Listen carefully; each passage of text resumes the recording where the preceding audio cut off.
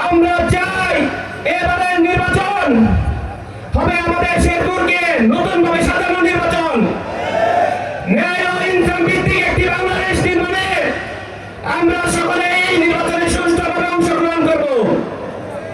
আমরা দেখেছি বিগত সময়ে যারা এই নির্বাচনে জয়ী হয়েছে তারা শুধু নিজেদের উন্নয়ন ঘটিয়েছে, শেরপুরের মানুষের ভাগ্যের কোন উন্নয়ন করতে পারেনি। আমরা এই 11 দলীয় ঐক্যতে বেঁচে আছি। আমরা চাই এই নতুন বাংলাদেশকে এমনভাবে করতে, ন্যায় ও ইনসাফকে প্রতিষ্ঠা করতে। আপনারা সকলে জানেন 24-এর আন্দোলনে আমাদের ভাইরা যে রক্ত দিয়ে গেল, সেই ভাইদের রক্ত এখনো শুকায়নি, কিন্তু ক্ষমতার ভাগাভাগি শুরু হয়ে গেছে। আমাদের ভাইদেরকে এখন আর মনে থাকে না।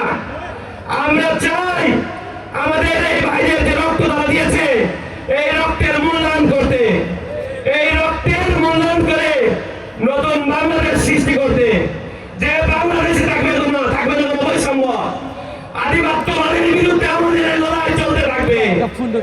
এই বাংলার জমিনে আধিপত্যবাদের বিরুদ্ধে প্রথম শহীদ আমাদের শহীদ উসমান হাদি ভাই, কিন্তু এই শহীদ উসমান হাদি ভাইকে যারা হত্যা করেছে, সেই হত্যাকারীদের বিচার এখন বাংলার জমিনে হয় নাই।